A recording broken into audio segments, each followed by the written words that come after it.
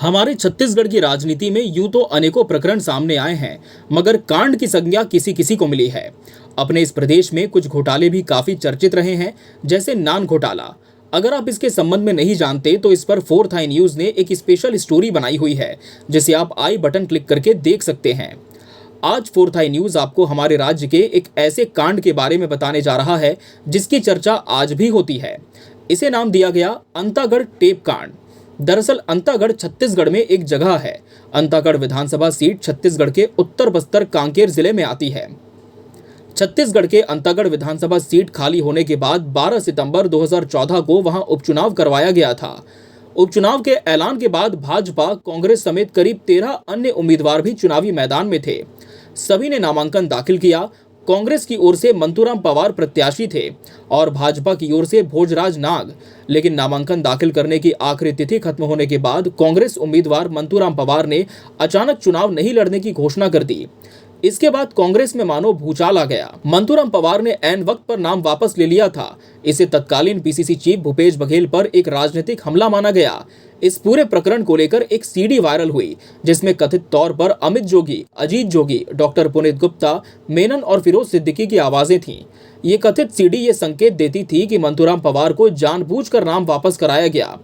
कांग्रेस शासनकाल आते ही इस मामले को लेकर एसआईटी गठित की गई और फिर पंडरी थाने में अपराध दर्ज किया गया था। पंडरी थाने में जो अपराध दर्ज हुआ उसमें पूर्व महापौर किरणमयी नायक प्रार्थी हैं, जबकि आरोपी के रूप में मंतूराम पवार, अजीत जोगी, अमित जोगी और डॉक्टर पुनीत गुप्ता के नाम दर्ज हैं।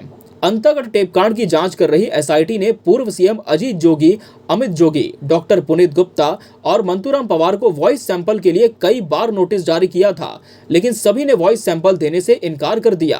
मंतूराम ने खुलासा करते हुए कहा कि उनके ऊपर दबाव डाला गया था और ये डील 7.5 करोड़ में फाइनल हुई थी। मंतूराम ने बताया कि ये डील तत्कालीन सरकार में पीडब्ल्यूडी मंत्री रहे राजेश मूणत के बंगले पर हुई थी। इसमें तत्कालीन सीएम डॉक्टर रमन सिंह, अजीत जोगी, अमित जोगी समेत कई लोग मौजूद थे। वहीं पैसों का लेन देन भी हुआ था। मंतूराम पवार ने 7 सितंबर 2014 को कोर्ट में धारा 164 के तहत इस मामले में अपना बयान दर्ज करवाया था। अंतागढ़ टेपकांड मामले में पुलिस के आवेदन पर कोर्ट ने वॉइस सैंपल को लेकर फिर से फैसला टाल दिया था। मामले में कोर्ट ने 20 सितंबर को सुनवाई की अगली तारीख तय की थी। इस प्रकरण के होने के करीब 1.25 साल बाद दिसंबर 2015 में स्थानीय मीडिया में इसे लेकर खरीद फरोख्त का खुलासा करने वाला एक टेप सामने आया। इसके बाद से ही इसे अंतागढ़ टेपकांड के नाम से जाना जाता है। राज्य के चर्चित अंतागढ़ टेपकांड की जांच कर रही एसआईटी को भी बड़ा झटका लगा था।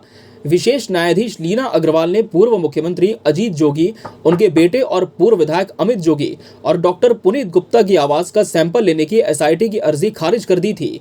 इस बीच उपचुनाव में तत्कालीन कांग्रेस प्रत्याशी मंतूराम पवार अपनी आवाज का सैंपल देने के लिए कोर्ट में सहमति दे चुके थे। बाकी आरोपियों की याचिका खारिज करने का आधार ओरिजिनल डिवाइस को पुलिस पेश नहीं कर पाई। एसआईटी उस ऑडियो की जांच करना चाहती थी जिसमें टेपकांड की सौदेबाजी की बातचीत है। एसआईटी के पास रिकॉर्डिंग तो थी, लेकिन ओरिजिनल डिवाइस नहीं। ओरिजिनल डिवाइस से ही सैंपल का मिलान करने का प्रावधान है। एसआईटी ने पैरवी के लिए सुप्रीम कोर्ट के वकील सौरभ गुप्ता को बुलाया था। उन्होंने कोर्ट में सैंपल लेने के पक्ष में दलील रखी थी। इसमें हाई कोर्ट से भी वकीलों की टीम आई थी, जबकि जोगी पिता पुत्र और डॉक्टर पुनीत के वकील ने इसका विरोध किया था। उन्होंने कोर्ट में पैरवी के दौरान जांच कर रही एसआईटी पर ही सवाल खड़े कर दिए। एसआईटी से रिकॉर्डिंग की ओरिजिनल डिवाइस या उसकी रिपोर्ट कोर्ट में पेश करने की मांग की। एसआईटी ओरिजिनल डिवाइस के संबंध में कोई रिपोर्ट पेश नहीं कर पाई। कांग्रेस के तत्कालीन प्रत्याशी मंतूराम एसआईटी की जांच पर सवाल उठाते रहे और सैंपल का विरोध करते रहे। फिर अचानक कोर्ट पहुंचकर उन्होंने कोर्ट में कलमबद्ध बयान दर्ज कराया और दोनों पूर्व सीएम और अन्य पर उपचुनाव में 7 करोड़ की डील का आरोप लगाया। जिन्होंने उनके साथ चुनाव से नाम वापस लिया था, उनका भी कोर्ट में बयान दर्ज हुआ। सभी ने चुनाव में डील का आरोप लगाया, मगर कोर्ट के फैसले के बाद केवल मंतूराम की आवाज का ही पुलिस सैंपल ले पाई। फिर इसके बाद ये मामला धीरे धीरे से ठंडे बस्ते में चला गया और आज तक इस मामले में टीका टिप्पणी करने से बचा जाता है।